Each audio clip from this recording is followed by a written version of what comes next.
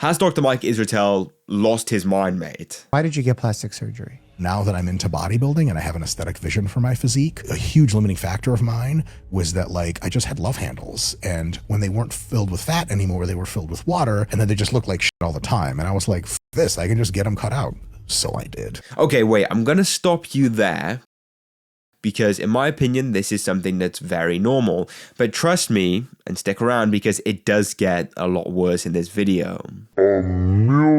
Now, as I was saying, it isn't bad too far. This is common practice from people who were obese. Because what happens is when you get very fat, you don't have to be like a 600-pound lifer person or whatever.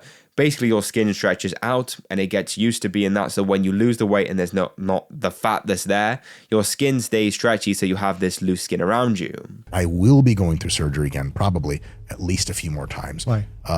One is I have some loose skin and extra fat cells around my lower chest area, some cases around my back, and actually just out of sheer genetics in my tie-in between my biceps, triceps, and shoulders, like right this area. And those can actually be kind of furrowed out with surgery. Now, there are people with worse cases than others, but either way, a lot of people seek out basically medical attention and they get surgery. Now, the mad thing is, funny enough, is this isn't actually classed as health surgery or something. It's basically classed as cosmetic because it doesn't make a change that much to your health. It's to your appearance. And the reason I say this and the reason I know this is because I myself have been in Dr. Mike's shoes in that sense. I used to be obese when I was younger, so I have a bit, and I mean a bit, of loose skin basically around my stomach here and also some love handles and whatnot. And it is, to be honest, very frustrating.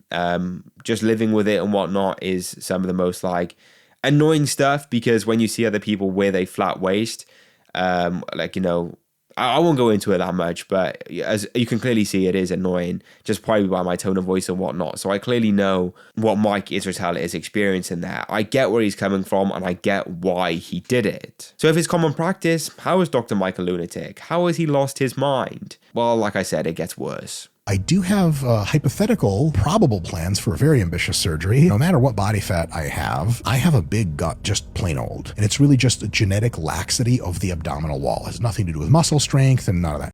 And so you can plicate the obliques, you can plicate the rectus abdominis, and it brings your waist in. And just in case you were ever going to blow that out, you get a polymer sheath installed around your entire, like a corset sheath. And then it constantly keeps your waist to the size that most people of my leanness have. I have been thinking about potentially going to that next level of surgery and getting my two bottom ribs broken inwards to have an even cooler, even smaller waist. Ideally, I'd like to have a tiny waist. I think it's magical. Oh no, didn't I warn you of this? So to clarify, what he wants to do is take out his bottom ribs so that he can have a smaller waist. He's waist maxing. He's rib maxing. He's waist. Now I have to ask, why would he want to do this? Why would anyone want to do this? Like, your body is made in a certain way, so why would you then want to alter it, especially in ways like this? There's one thing getting cosmetic surgery done on your face, bro, let alone your body. There are people who get height reductions or height increases, or for instance, like what he wants to do is get his ribs broken in so that he can have a smaller waist. Ideally, I'd like to have a tiny waist, tiny waist, tiny waist. I think it's magical. What? Now, like I said before, I understand why he got the loose skin removal and whatnot. That makes sense to me. But you know why this doesn't make sense to me?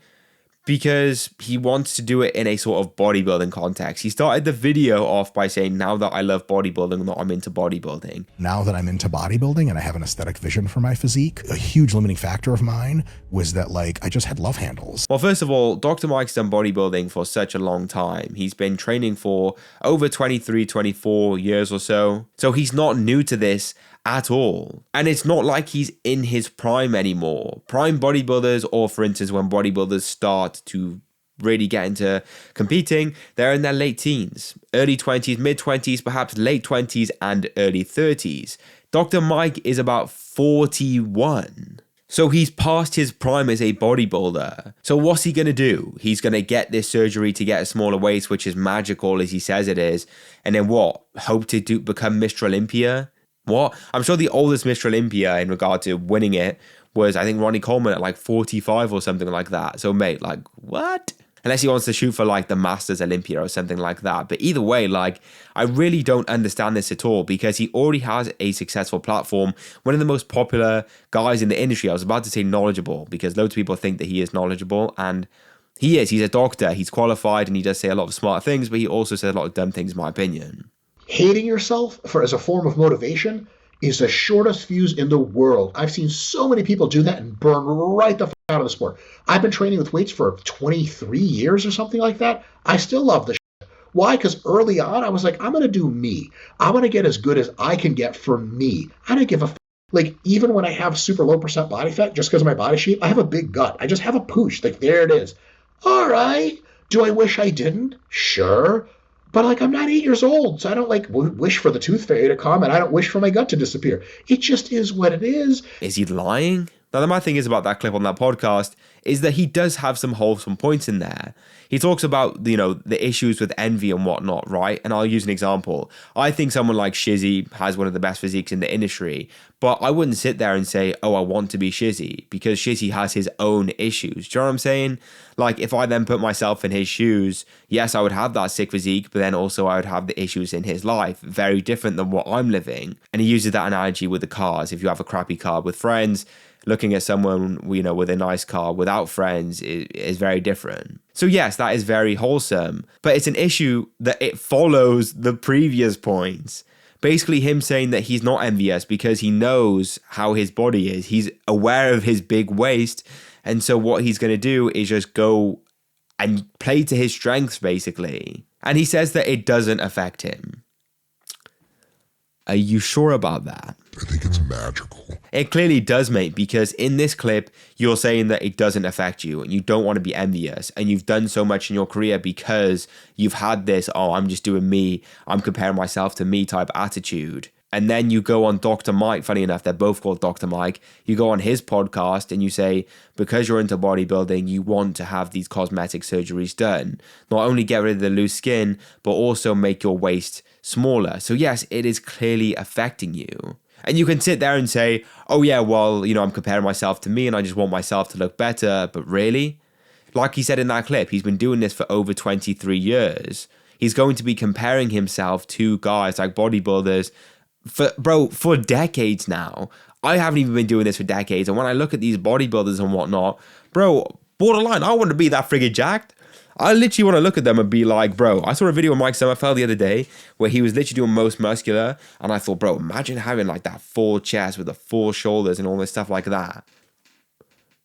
Like, Dr. Mike's been doing this a lot longer than I have. And so, bro, he's going to have this thing that's built up over time. Even when social media wasn't a thing, and now social media is a thing and he's a lot bigger, bro, he's going to be comparing himself to these physiques, guys who are younger or guys who are at the Olympia and whatnot. Bro, he wants to be these guys. That's going to play an effect on you, bro.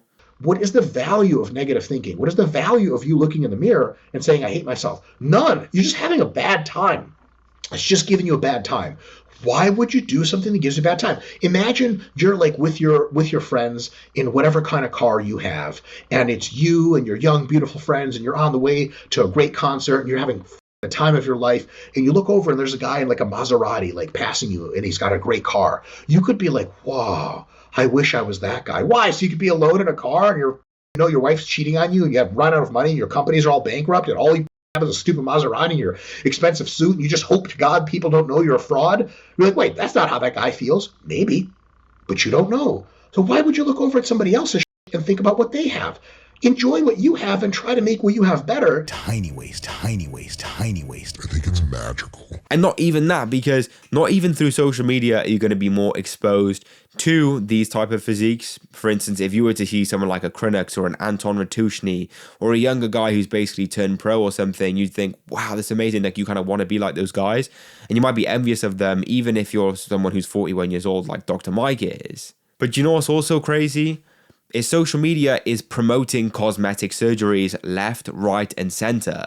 And people talk about the effects of like looks maxing and whatnot on younger guys, but it's all clearly affecting older generations as well. If basically, look, let me give you this scenario right now. If you have issues online, or no, you have issues in general with how you look, you could go online right now, on TikTok, on Instagram, on YouTube, or ChatGPT, I'm sure something like that, and you could put in, how do I fix such and such? Let's just use Dr. Mike as a scenario right now. Dr. Mike, he's had this bigger waist for years. That's just him genetically. So what does he do? How do I fix this big waist that I have? And what does he do? He goes online. He may look at anecdotal videos of people saying, this is how I fixed my waist. It could have been through a certain natural means, or it could be people saying that I got this surgery done where I got my 2 lower ribs cracked in, which made my friggin' waist a lot smaller. Does that sound familiar? I think it's magical. Or like these looks maxers who are saying that they want a better jawline, so they get double jaw surgery, or they get orbital surgery on their eyes so they can get hunter eyes, or basically more attractive eyes, basically. They get more cheekbone, more jawline, whatever. And to that I'll say, bro, just be European.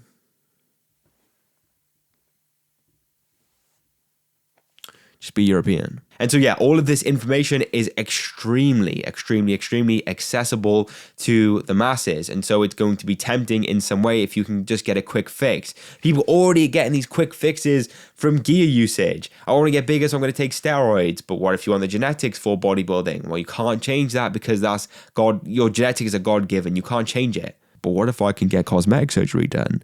What if I can crack my 2 ribs? Okay, yeah, freaking, at the end of the day, Dr. Mike's freaking lost his freaking brain, bro. Anyone in their right mind wouldn't be doing this stuff. I don't think he's in his right mind at times. I don't know, what do you think?